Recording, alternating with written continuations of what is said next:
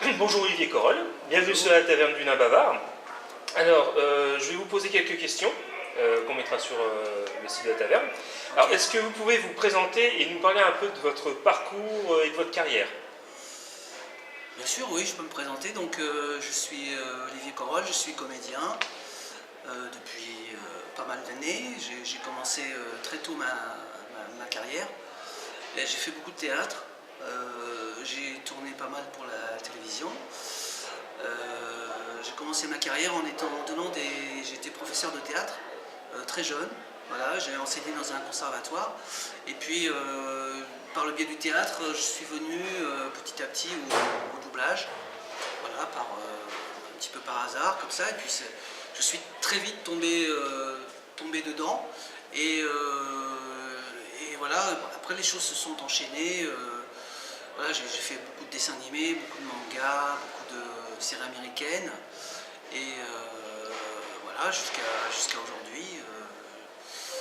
Voilà, j'essaye de faire mon métier le plus, enfin, le mieux que je puisse faire, voilà, pour satisfaire le public et que tout le monde soit content. Voilà. D'accord. Alors, j'ai fait quelques recherches sur votre carrière, etc. Et en fait, j'ai vu que vous faisiez énormément de choses au niveau du cinéma, du théâtre, des courts-métrages, le doublage et tout ça. Et quel est votre domaine préféré?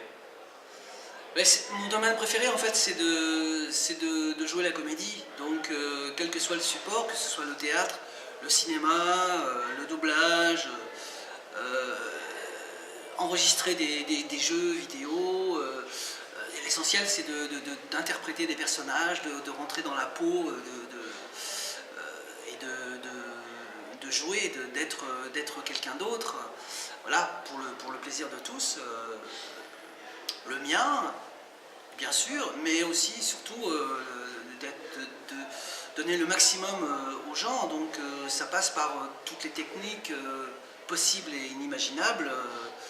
Voilà, puisque bon, aujourd'hui,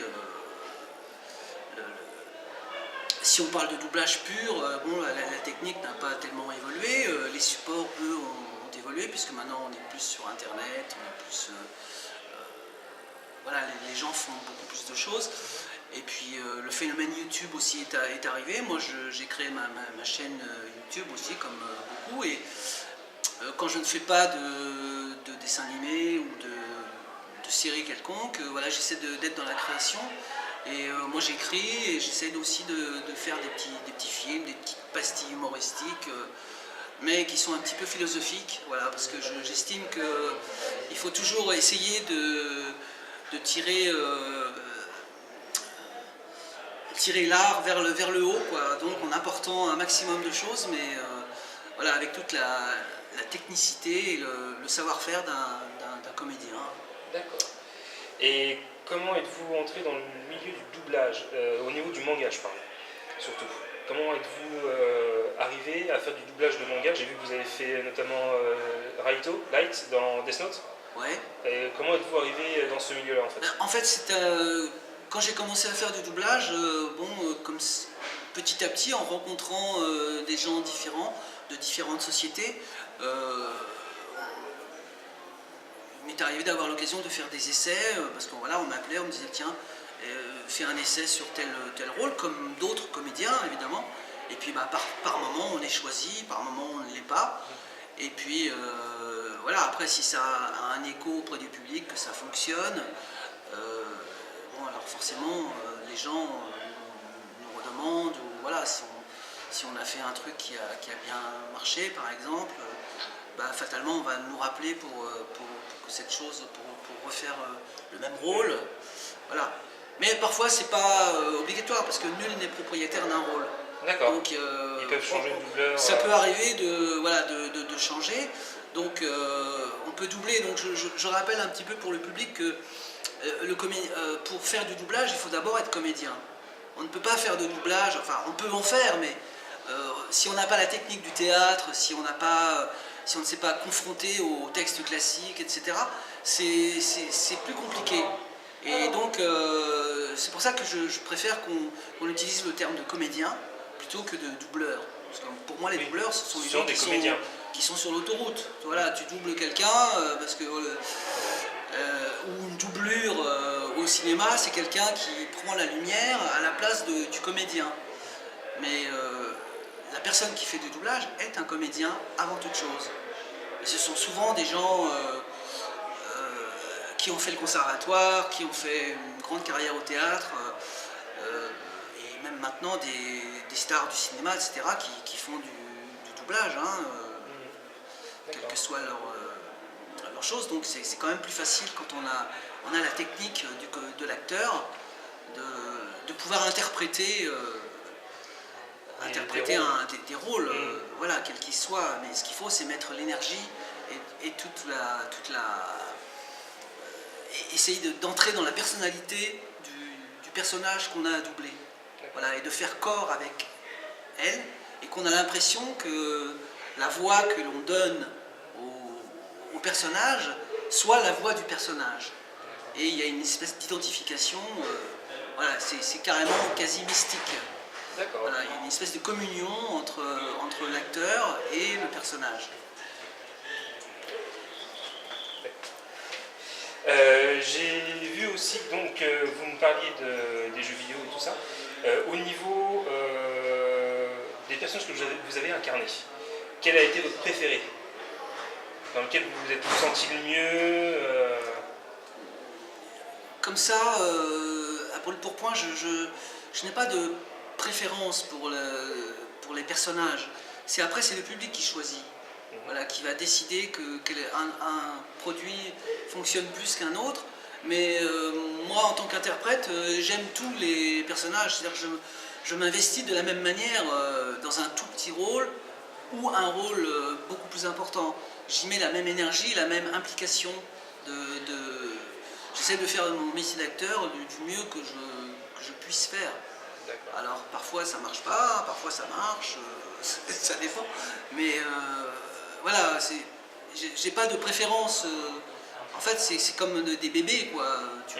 Tu aimes tous tes bébés. Après, tu peux préférer un film par rapport à l'ambiance, par rapport à l'histoire, si c'est bien écrit, si les dessins, si c'est du manga, si c'est bien fait.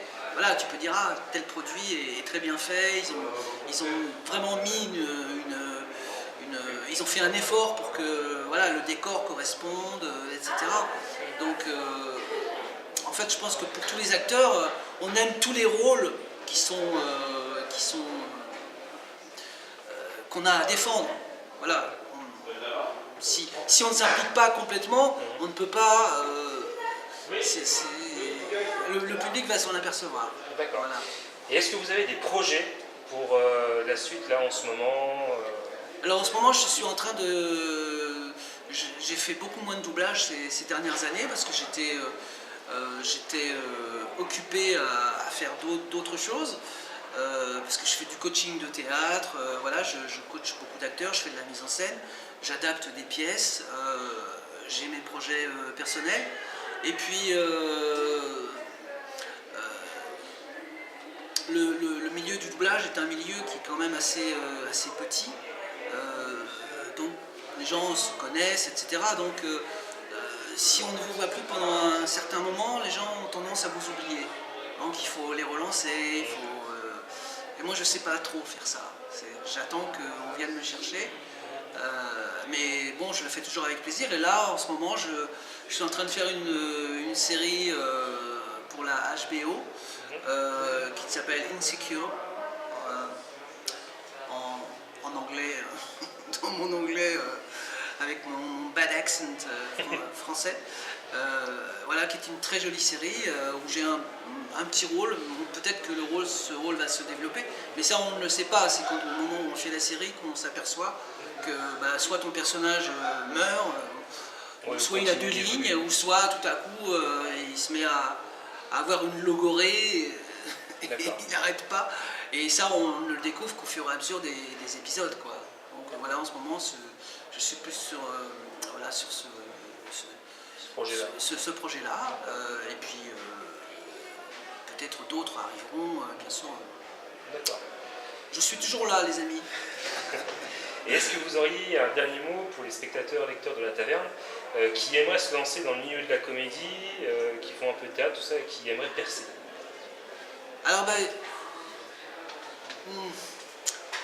comment dire, je souhaite à tous les gens qui ont envie de faire ce métier de ne jamais se décourager et de persévérer et de travailler,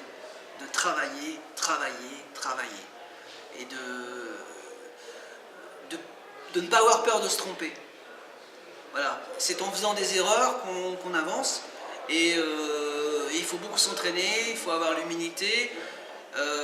C'est pas une technique qui est facile, mais voilà, si on s'en donne les moyens, c'est possible pour tout le monde. Mais il faut quand même avoir les bases, c'est-à-dire une bonne diction, déjà qu'on comprenne Oui, quand on parle. voilà, de bien s'exprimer, et puis voilà, de rentrer à fond dans le personnage et de mettre son énergie, l'être fondamental qu'on est profondément, voilà, au service. Il faut savoir s'effacer au service du personnage.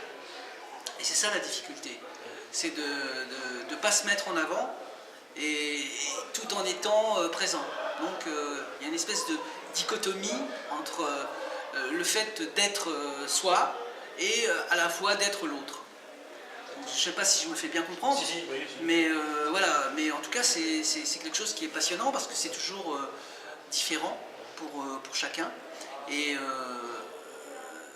pour chaque acteur, hein, je parle, qui s'implique dans un projet et voilà, qui met toute son âme, toute son énergie. Voilà, c'est comme un danseur qui fait la barre, ou un chanteur qui fait ses gammes, un musicien, voilà, etc. Il travaille, il peaufine son art, ou un écrivain qui sans cesse tous les jours va corriger, va avoir des nouvelles idées, va dire ah non, ça c'est pas bon, je recommence, voilà. Ou comme un menuisier, voilà, qui pourrait, ou un sculpteur, voilà, il faut toujours essayer de s'améliorer et pour être le mieux, et ça fait du bien à la personne, au comédien, voilà, de recommencer, voilà, il faut savoir à la fois être dans le doute pour travailler, mais pas trop non plus. Voilà, et à un moment donné, il faut bien s'arrêter, il faut bien savoir, puisque quand on fait du doublage, malheureusement, les choses vont très très vite maintenant, donc les techniques ont évolué, et l'acteur doit s'adapter aux techniques, et il faut savoir être rapide, vif, travailler vite, et s'adapter immédiatement à la situation. Donc il faut avoir une énorme concentration et une belle confiance en soi. Et pour avoir cette confiance, il faut travailler. Voilà. Oui, il n'y a pas de secret, c'est le travail. C'est le travail, voilà, on ne peut pas faire autrement. Enfin, s'il y en a qui peuvent faire autrement et qui y arrivent, tant mieux pour eux. Mais moi, de tous les gens que je connais de ce métier, ce sont en général, les gens ne le disent pas, mais les gens travaillent beaucoup. Voilà, il y a un travail à la table, il y a un travail d'acteur, voilà, qui doit se faire.